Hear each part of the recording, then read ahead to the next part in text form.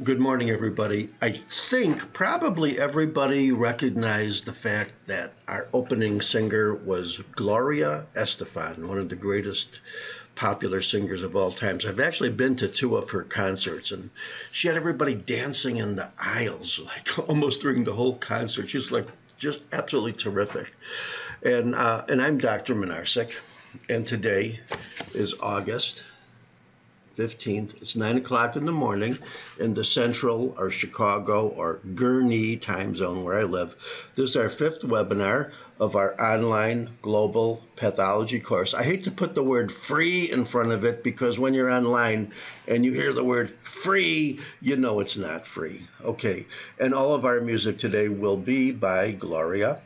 And we'll have kittens as our graphic theme, and we should probably start doing our little audio-visual test. Audio, visual, music. The A stands for audio, and the question is, can you hear me clearly? Okay. Oh, let me make sure I didn't accident. Oh, I do see that people are saying yes. And the V stands for video.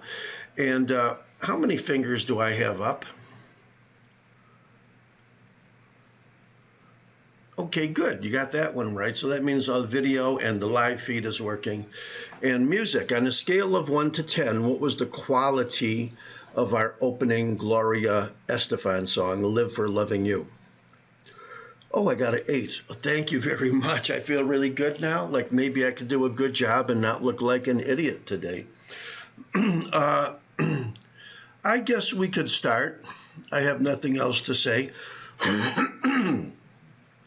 How about if we open up our PowerPoint and close the ugly guy and start talking about today's topic, which is regeneration and healing. And it would be logical that a discussion of regeneration and healing would follow our last discussion from a couple of days ago on inflammatory changes, because it's basically one of the prime consequences of inflammation. We talked about how acute inflammation could end in complete resolution. Well, that's healing. We talked about how it could end in scarring. We talked about how it could result in more or chronic inflammation. But the general topics for today, first of all, I want to tell you it'll be a relatively short presentation. I think we'll do it maybe a little bit over an hour, but we'll see. I don't operate with a gun or time clock to my head.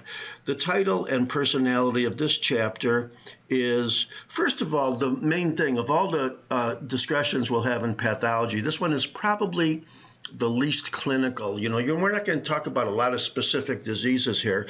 In fact, it'll be mostly pathology, maybe experimental pathology, concepts, and even like a lot of basic science, okay? And it is probably the natural follow-up of our discussion from last time. So what are we going to do today? We're going to talk about the natural or normal physiology and concepts of cell proliferation, cell growth, cell cycle, cell differentiation, a word that we might not think of too much, but believe me, pathologists think of this word just about every day of their lives, sometimes for hours. We're going to understand the basic concepts of regeneration and how it's different from healing. We're going to talk about the roles of the cells involved in the healing and the regeneration process and in the environment in which they live, called the extracellular matrix. And we're going to understand some of the natural features of regeneration and healing, like angiogenesis. This is a word that goes by several names. Sometimes the word is organization. Sometimes the word is organizing inflammation because it follows inflammation. Sometimes the word is neovascularization, but they all mean the same thing. What they mean is a process of ingrowth of new blood vessels following a damaged or an inflammatory process. And we're going to have to be aware of the various growth factors involved as well. This isn't going to be something I'm going to shove at you a little bit, but it won't be too bad. I think you should basically know all the major players of growth factors We call them GFs, okay? You can also call them DFs because they're involved in differentiation of cells as well. And finally, fibrosis. And then we'll talk a little bit about the classical thing, which is the thing in all textbooks that want you to know. There's such a thing as both primary or first and second intention healing, okay? So, definitions. Regeneration is a growth of cells to replace the lost cells. Remember last Tuesday we said that one of the outcomes of acute inflammation is to be completely resolved. In other words, what you saw as a destructive infiltrated lung is now normal lung again. The normal cells grow back in, okay? Healing is a kind of related, but a different. It's a reparative process. It's a process which follows damage, necrosis, inflammation, and healing may occur two ways. One is without fibrosis, and one is with fibrosis or scarring. And as you know, sometimes when things heal, even on your own body, you get a scar, and sometimes you don't. And the main thing that determines whether there is a scar or not is the amount of damage to the extracellular matrix or the scaffold in which the cells are trying to grow back again, okay? Now, the key intermediary between inflammation and fibrosis is this concept that we're going to be referring to in many different ways, utilizing many different growth factors as well. We might call this granulation tissue, or organization, or organizing inflammation, or neovascularization. You know, I've even had some of the interns and residents talk about the word ticking. I don't know why they use the word ticking, but a lot of times they'll go in after their surgery and they'll look at the wound and see if it is granulating or ticking very nicely. You'll probably never hear that term yourself, though. Regeneration is replacement of lost structures. You got it destroyed, you got it inflamed, you perhaps even an abscessed lung, and now everything is back again. That's regeneration. It's basically dependent on the type of normal turnover that the original tissue has. So for the original tissue turns over very quickly, the regeneration will be pretty quick. If it's something that turns over slowly, you know, like let's say liver or kidney, it won't be quite as fast. If it's something that technically never turns over, perhaps not even with the capacity to undergo mitosis, like skeletal muscle, cardiac muscle, neurons, you know, it will never regenerate once it's damaged or inflamed or destroyed. And you should remember there's also something called compensatory growth as well. Probably two classical examples of compensatory growth. There's one that I wrote down here in the notes, which I hope you can see. It's like, you know, when somebody has a nephrectomy, you can tell that the other kidney gets a little bit larger. That's not regeneration, that's compensatory growth. Another thing that we see a lot is when there's been a partial hepatectomy, when people have a lobe or part of a liver cut out, usually because of a tumor, you will see that not only is there some degree of regeneration, but you'll see that there's enlargement simply because of compensatory factors, okay? So you can't have healing unless you had some kind of damage or inflammatory process. You can't repair something that hasn't been broken, okay? So healing needs a previous inflammatory process or a wound or a necrosis or a destruction in order to heal. Many diseases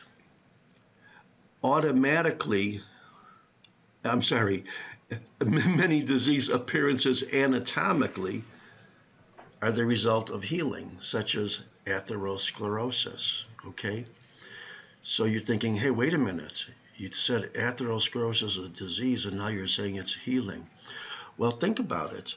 If atherosclerosis is a buildup of material in an artery, that could be undergoing a healing process. And in the process of the healing process could actually result in narrowing of the blood vessel. So sometimes healing could be a disease rather than the resolution of a disease. Sometimes healing ends with the scar and sometimes it doesn't. It sounds like there should be a song like that. Sometimes you heal with the scar, sometimes you don't. Well, the amount of fibrosis is dependent on the amount of destruction of not only the material, but the scaffold or the extracellular matrix in which the healing is supposed to occur. So fibrosis or scarring is one of the three possible outcomes of inflammation. And the extracellular matrix, not the cells, but the environment or the milieu in which the cells do their work, characterized by a lot of different proteins, not just fluid, is basically dependent on how much fibrosis there is. The more you damage the ECM, the more fibrosis you have. We're going to see really good examples of this. Like, for example, when you do a clean surgical incision, there's very little damage to the ECM. You're just making a nice sharp cut, and then the things come back together again. But if you have a dog bite and he actually took out a lot of tissue and a lot of matrix, there could be like a big amount of scarring or fibrosis in there. Okay, let's go back to basically Biology 101. If you want to think of this as the beginning of understanding of pathology and healing, you can as well. Let's take the cells in your body. Well, they come from stem cells. Ultimately, they came from a big stem cell called a fertilized zygote, blastocysts, morulas and all this, giving rise to these population of cells that have in your body. Well, there's only three things then that these cells in your body can do. They can proliferate or multiply under various factors, perhaps hormones, perhaps steroid hormones, perhaps growth factors. They can differentiate. I'm going to talk about that again. In fact, we talk about tumors, we'll be talking about differentiation all the time. Or they could die. They have a normal lifespan. They could die. Some cells live just a few days, like granulocytes, perhaps some of the other white cells. Some cells live forever, and they never die, like neurons. And some cells have an intermediate lifespan, maybe a few weeks or a few months or maybe even a few years, like liver cells, kidney cells. But eventually, those are the only three things your cells can do. So not only can they multiply to look like the cells they came from, but they could multiply to look like different cells, and also not to look like different cells, but to act like different cells.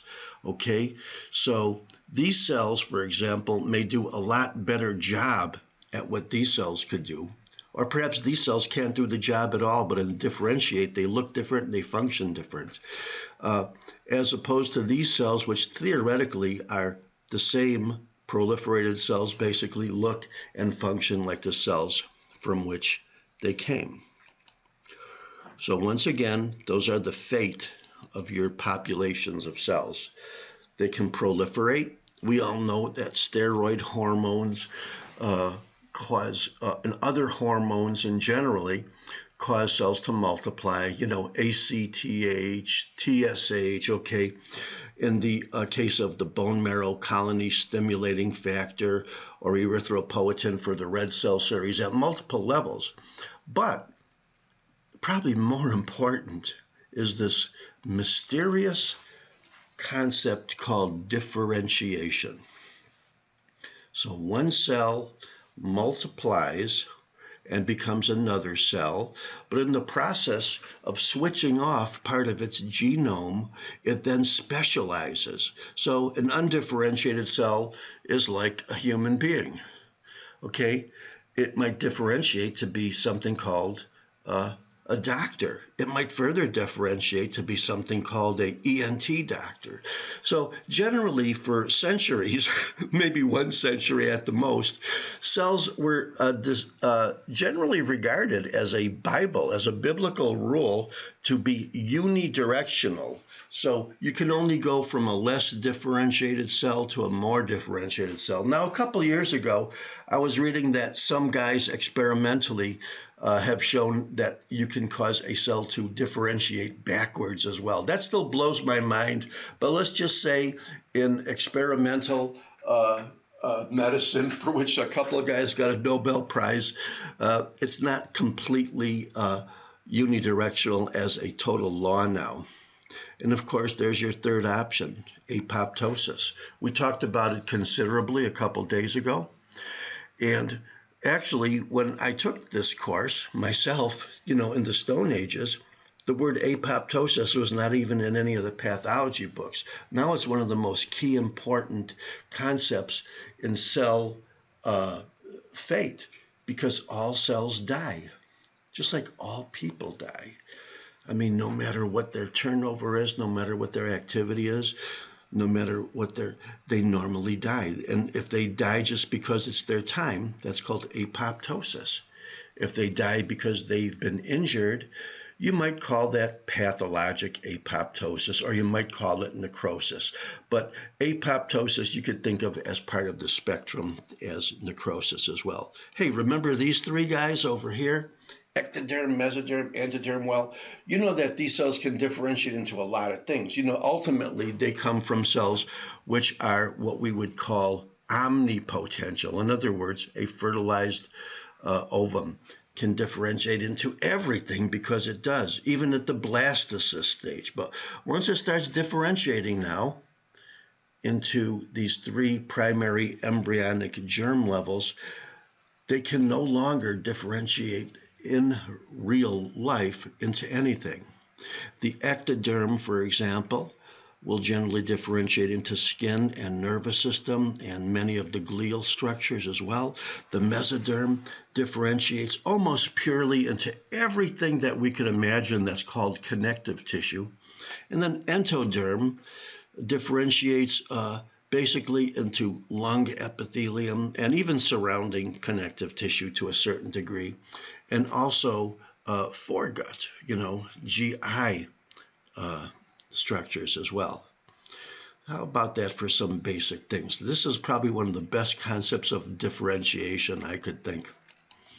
Okay, and of course, even when you were in 8th grade, you learned about mitosis and you got your various phases, and maybe you looked at it in an onion or something. But remember, in cells, we also have a period after mitosis in which you have growth. And there could be a very, very quick period of basically quiescence, and then the cell grows, gets physically enlarged. Then it undergoes DNA synthesis. So the growth phase can also be thought of as being the pre-synthetic phase. And then after the growth phase, it now kicks in all the mechanisms to perhaps mitose or divide again. And this could be called post-synthetic.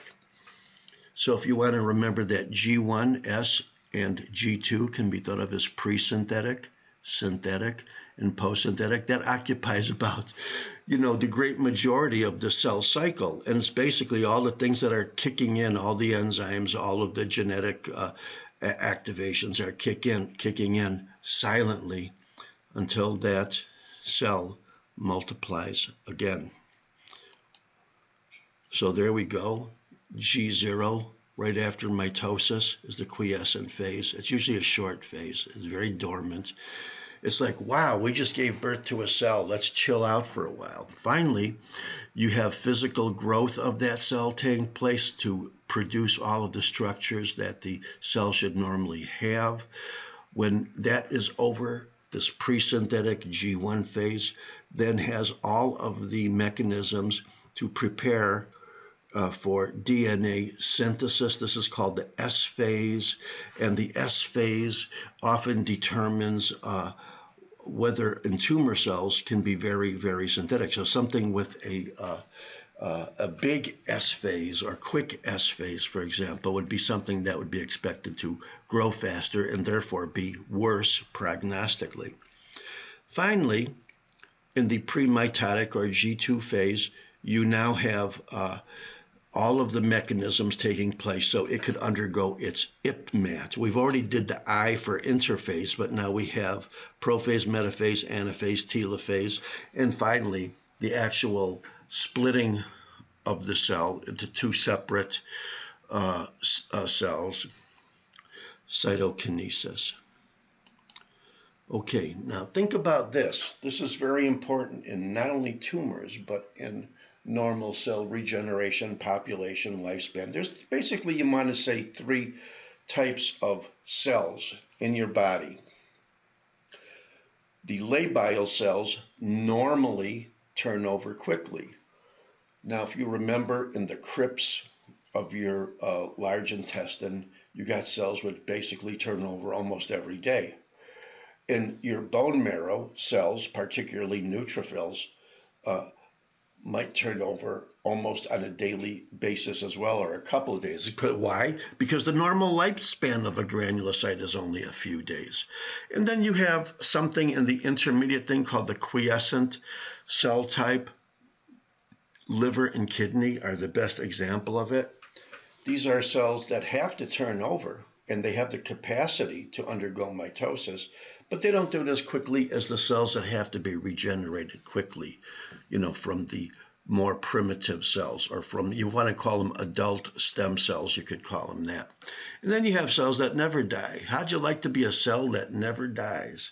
Okay, they're the non-mitotic cells. They never die until the person that they're in dies. A neuron, a mature neuron, cannot undergo mitosis. A neuron that's doing its job cannot undergo mitosis. These cells which give rise to neurons can multiply. Or same thing with striated muscle, whether it's in heart or whether it's part of skeletal muscle. A mature striated cell does not have a spindle apparatus. It can't multiply. So you might say, well, does that mean it lives forever? Well, it lives forever while the person lives forever. And as long as we've opened up the door to this concept of stem cells, I know there's a lot of experimental research going on around now. Perhaps it could be spectacular. But let me tell you, when I was a medical student, and that's about a zillion years ago, we learned the same thing. We learned that, stem cells could be given to people and it could regenerate, diseased tissue or absent tissue or dead tissue. And still, that's basic, but we always said that was a thing of the future. Well, now it may be done present. I notice I get notices for stem cell conferences, but they're not aimed at physicians. They're aimed at people for the purposes of marketing, like people with bad knees or people that think that, if their pancreas is dead or their islets are dead, they're going to be given cells that can make them whole again. But, I ask this question every single time I give this lecture, and I'll ask you, if you know of anybody that has ever benefited from stem cell therapy, somebody personally, one of your patients, one of your relatives, one of your friends, let me know. Because every year I usually get like about everybody saying no. Okay, so it's still in the infancy stage.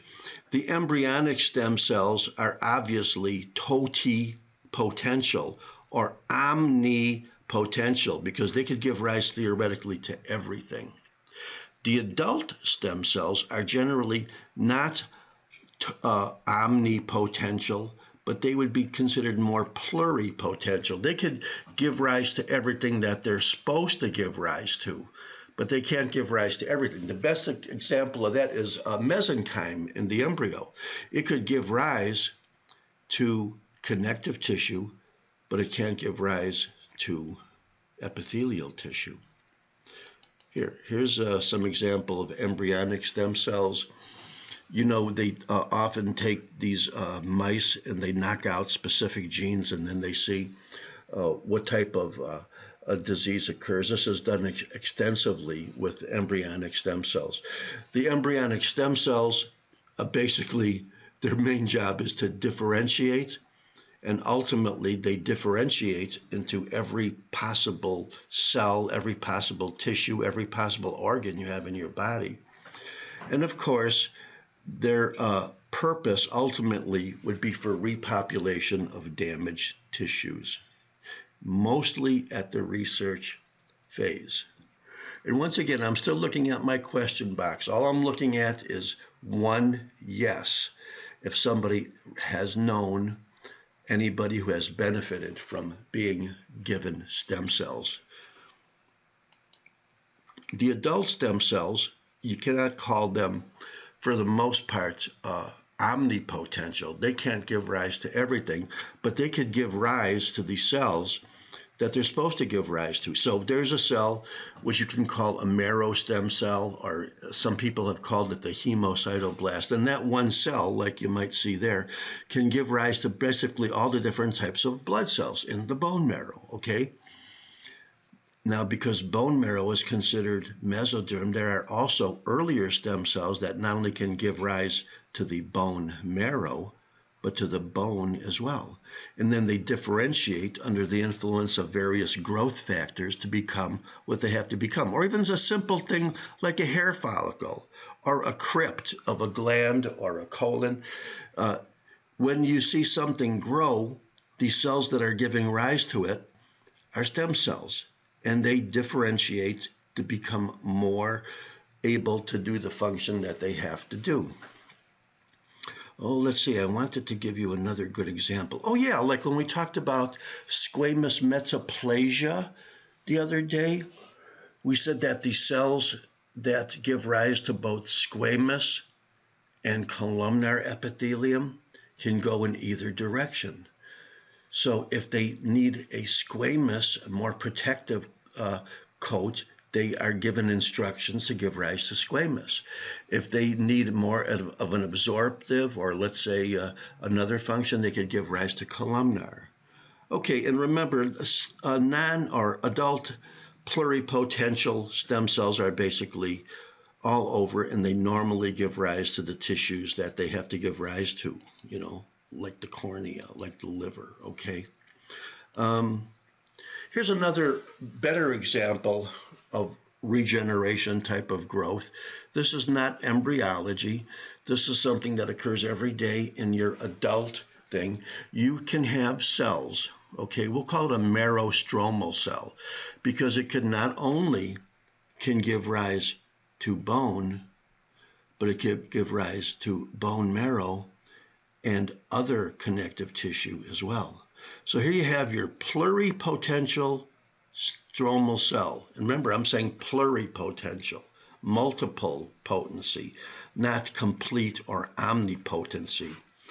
This cell, under the influence of various growth hormones or growth factors, can give rise to either smooth muscle or an endothelial cell, which is connective tissue, cartilage under the influence of something called SOX9, osteoblasts under various influences, of which one could be called CBFA, or even fat cells. And remember, this can go even further and produce all of the bone marrow cells as well, because it's basically a mesenchymal type of cell. Okay? And if you need a quick review of some of the more or less differentiated cells, and you want to know basically what the germ layers, the classical germ layers, give rise to, the easiest one is mesoderm, because that basically gives rise to every single thing in your body which you might consider to be connective or non-epithelial tissue in a way, like cartilage, like bone, like fat, like connective tissue. What did I miss? Like bone marrow, like blood vessels. Whereas the endoderm basically gives rise to epithelial cells of the liver, lungs, GI tract, everything you could think of as basically foregut and even further parts of the GI tract. And finally, ectoderm is the one we understand the best, because that's basically your skin and your neuroectoderm, which of course is your brain and many of the glial cells that surround it. So ectoderm, the neuroectoderm, not only gives rise to neurons, but the oligodendrocytes, and I believe most of the other glial cells as well, probably with the exception of the microglia, which come from the macrophage line. Okay. Now, you know, I threatened we were going to shove a little stuff into your head at this point. and we're going to talk about the specific growth factors. I'm not going to give you a big chart and show how they all work at every level of cell differentiation and multiplication, but I want to say a few words about them generally, and then I want to say a few words about each one generally. They're all polypeptides. Okay, they are all cytokines, which means they are made from cells, protein products that are secreted or made by cells, and they can act on itself, the cell that it came from. They can act on neighboring cells, or what we call paracrine, or they can even go down the bloodstream and act far away, have more of an endocrine function. So they could be autocrine, paracrine, or endocrine. They are involved basically in locomotion of cells, contractility of cells, this big thing called differentiation of cells. I'm glad that you don't let me talk about differentiation, because I'd probably waste the whole 2 hours on it. And of course, when we talked about angiogenesis or neovascularization, or the vascular process that follows damage and inflamed areas, many of them, probably at least half, have been seen that they are factors in the growth of new blood vessels. Now, does that mean that they could be mitogenic or cause endothelial cells to multiply? Well, absolutely. Another thing you might know is that I'm just going to go over quickly, and then we'll take our break, the common growth factors. Now, I want to warn you about something. Sometimes you could tell what the growth factor does simply by looking at its name. So, for example, if we were dealing with EGF, or epidermal growth factor, you probably know what it does. But sometimes you have to be very careful. The name could also be misleading as well. For example, you might have something called fibroblast growth factor, which of course was first described as stimulating fibroblasts. Well, maybe it acts on epithelial cells as well. But I think for the most part, they are all properly named. And let's start going into the GFs. Okay, and this is basically what they all look like. They're polypeptides secreted by a whole wide variety of cells, and these are the cells that make them. Lymphocytes, especially the T cells, the smarter cells, just as though the B cells would be preparing to make antibodies or immunoglobulins. The T cells are secreting cytokines, many of which are growth factors. Macrophages, not only the producer of many of the growth factors, but also the recipient of them as well, because this plays a big role in inflammation and apoptosis and tissue damage, platelets, endothelial cells, fibroblasts. When we say keratinocytes, we're basically talking about skin cells, and we're grouping all of the layers of the skin, stratum corneum, basalis, germinativum, blah, blah, blah, blah, blah, into one general category of keratinocytes, cells which will ultimately make keratin, or at least keratohyalin granules. Mesenchymal cells, remember, those cells, primitive cells which can differentiate, they can also be making growth factors, as well as being the recipient of growth factors to differentiate. And smooth muscle cells have been known to make them as well. So I'm going to probably go over about 7 or 8 of them. I want you to, I don't know, I don't think it's possible to memorize these, because I never do, but I'm going to try to give you basically a rundown on the various GFs. Well, epidermal growth factor, you think, would have a lot to do with the epidermis. So yeah, its primary function is to act on keratinocytes, or cells of the epidermis, to divide, multiply, migrate. Remember, we talked about locomotion.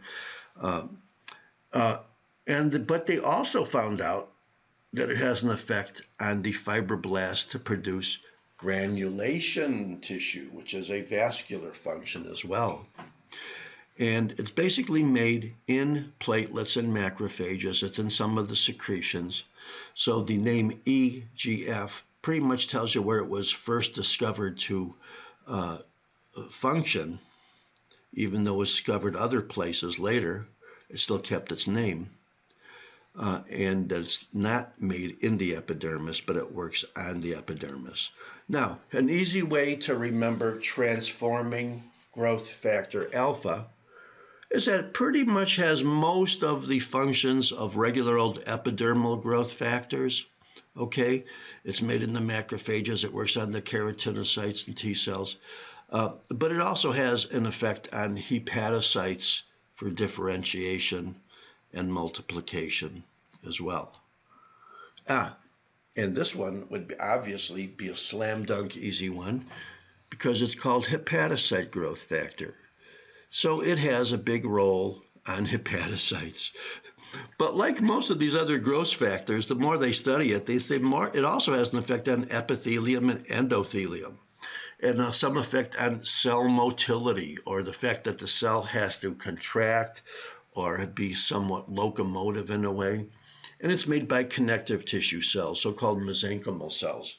But the name is correct, hepatocyte growth factor. And by the way, I'll give you another tip, which I'm not going to mention. Maybe I will mention it again. When we go down this list of 8 or 9 growth factors, at least half of them, or maybe more, have an effect on endothelium, which means it has a big role in the development of blood vessels, which come in to the damaged area, not only just after the acute inflammatory phase, but often overlapping with it at the end of the inflammatory phase. Here's the biggest one of all.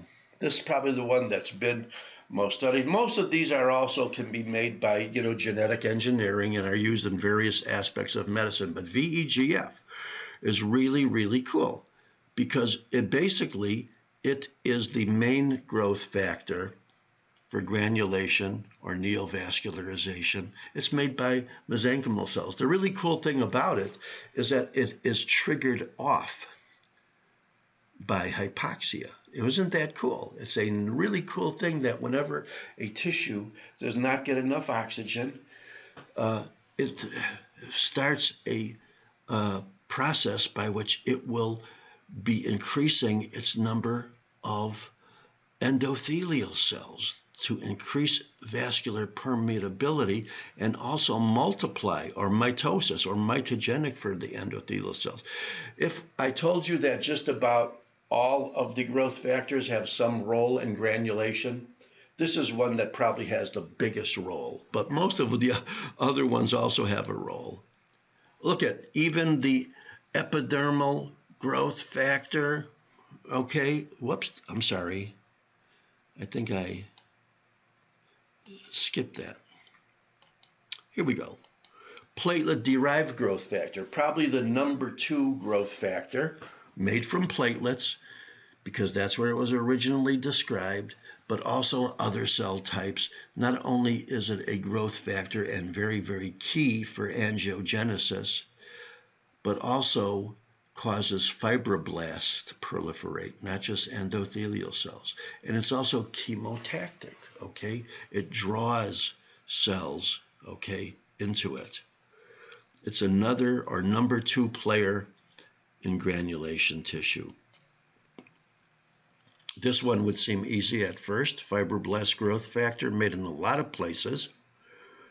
It is chemotactic and mitogenic for fibroblasts. So not only does it cause connective tissue cells to multiply, but also epithelial cells.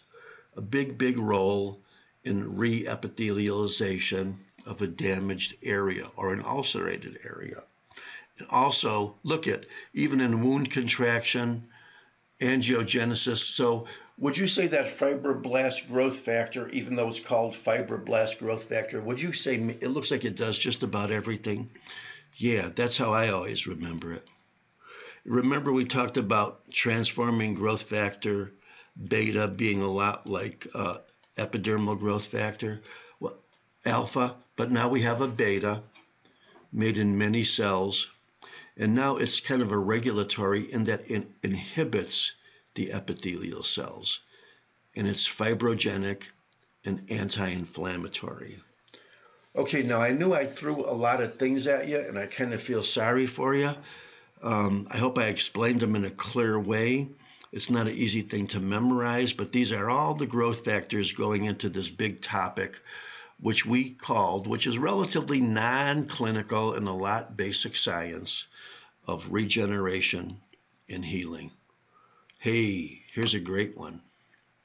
Keratinocyte growth factor, not just epidermal for epidermal, but keratinocyte.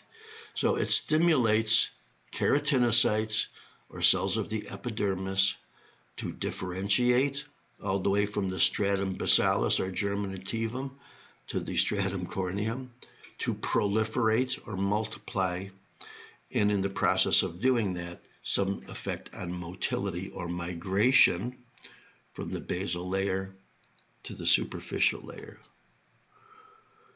You know, insulin itself can be thought of as being a growth factor when you look at all of its functions, but there is another growth factor made in macrophages, fibroblasts, connective tissue cells, which is called the insulin-like growth factor. And if it's insulin-like and it's a growth factor, you know that has many of the growth factors, or that even the growth hormone does from the anterior pituitary.